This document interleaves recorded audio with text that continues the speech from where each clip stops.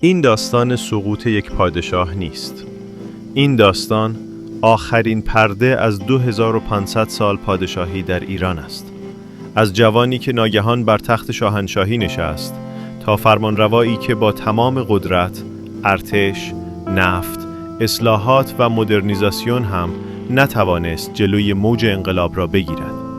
این مستند روایت از صعود تا سقوط محمد رضا شاه پهلوی است. روایت امید، اشتباهات، توطئه‌ها، خیانت‌ها و مردمی که سرنوشت تاریخ را تغییر دادند.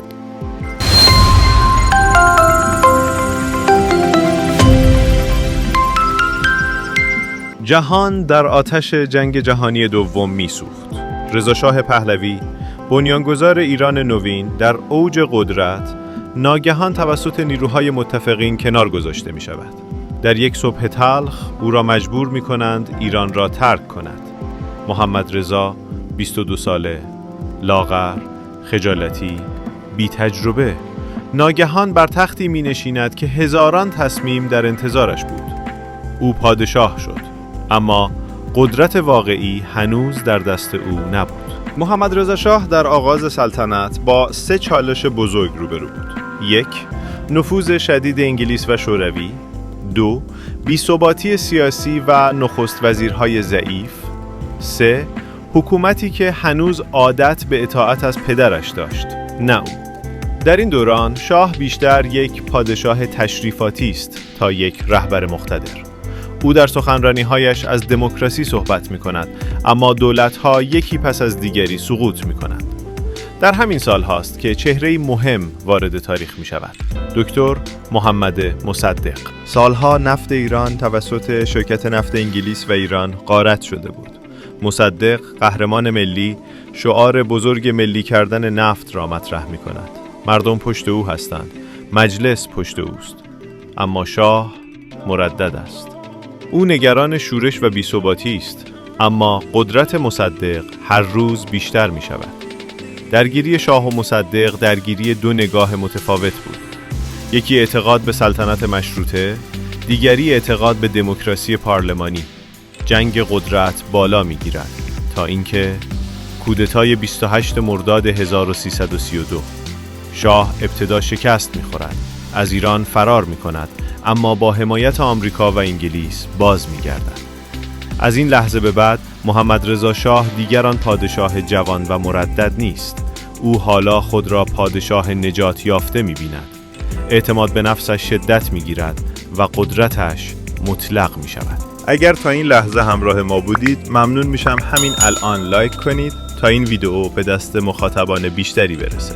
ادامه داستان تازه داره وارد بخش‌های حساس میشه. بعد از بازگشت از کودتا، شاه وارد مرحله‌ای میشود که بعضی آن را اوج ایران و برخی آغاز استبداد میدانند. در این دوران اتفاقات بزرگ رخ میدهد. خدمات و تحولات مهم: 1. اصلاحات ارضی و انقلاب سفید. تقسیم زمین‌های بزرگ. رشد کلاس متوسط. سوادآموزی. سپاه دانش. 2. افزایش بی‌سابقه درآمد نفت، ساخت اتوبان‌ها، دانشگاه‌ها، کارخانه‌ها، آغاز صنعتی شدن ایران. 3. حمایت از حقوق زنان، حق رأی، حق انتخاب، افزایش حضور در دانشگاه و مشاغل مهم. ایران در منطقه تبدیل به قدرت نوظهور می‌شود. تهران در حال مدرن شدن است. ایران ارتشی قدرتمند تشکیل می‌دهد.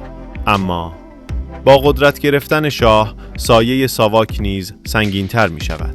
بی‌توجهی به احزاب، بسته شدن فضای سیاسی، ترویج فرهنگ چاپلوسی و جدایی شاه از مردم، همه اینها کم کم تبدیل به آتشی پنهان می‌شود. در همین مقطع گروه‌های مختلف مخالف شاه شکل می‌گیرند. مذهبی‌ها، ملی‌گراها، چپگراها. وقتی درآمد نفت در سال 1352 3 برابر می شود، دولت شاه به سرعت پروژه‌های بزرگ آغاز می کند. اما سرعت توسعه بیش از تحمل جامعه است. تورم شدید، فساد درباری، گرانی کالاها، اختلاف طبقاتی همگی به نارضایتی عمومی دامن می زنند. شاه برای نمایش شکوه ایران باستان جشن‌های تخت و جمشید را برگزار می‌کند.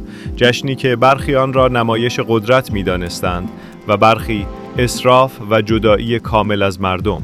جشن با شکوه است، اما نارضایتی پنهان عمیق‌تر می‌شود. در همین زمان روحانی بلند قد قامت وارد صحنه تاریخ می‌شود. آیت الله خمینی. با مرگ مشکوک آیت الله مصطفی خمینی و انتشار مقاله توهین‌آمیز با آیت الله خمینی در روزنامه اطلاعات، اعتراضات قم آغاز می‌شود. سپس تبریز، یزد، مشهد، تهران، کشور شعله‌ور می‌شود. شاه برخلاف گذشته مردد و خسته است. این مرد که روزی خود را قدرتمندترین رهبر منطقه می‌دانست، حالا میان دو انتخاب گیر کرده: سرکوب شدید یا عقب نشینی، و او مسیر دوم را انتخاب می‌کند. فرمانداری نظامی، تعویض نخست وزیر، آزادی مطبوعات و وعده اصلاحات، اما دیگر دیر شده بود. مردم یک چیز می‌خواستند: سقوط نظام شاهنشاهی. در نهایت در یک روز سرد دیماه شاه ایران را ترک می‌کند. در فرودگاه مهرآباد شاه و فرح با چشمانی اشک‌آلود با ایران خداحافظی می‌کنند. او می‌گوید می‌روم تا شاید آرامش به کشور بازگردد، اما کشور وارد مرحله جدید می‌شود. بازگشت آیت الله خمینی، پیروزی انقلاب و پایان 2500 سال سلطنت در ایران. شاه در تبعیدی تلخ درگذشت. محمد رضا شاه نه یک فرشته بود و نه یک شیطان. او انسانی بود با رؤیاهای بزرگ و اشتباهات بزرگ. او کشوری ساخت که بسیاری هنوز حسرت برخی دستاوردهایش را می‌خورند و همزمان اشتباهاتی داشت که باعث شد بخش بزرگی از مردم علیه او برخیزند. این داستان پایان یک عصر است. اگر این روایت برای شما ارزشمند بود، لطفاً سابسکرایب کنید و زنگوله را بزنید تا مستندهای بعدی رازهای تاریخ را از دست ندهید. حمایت شما باعث می شود بتوانیم پروژه‌های بزرگتری تولید کنیم.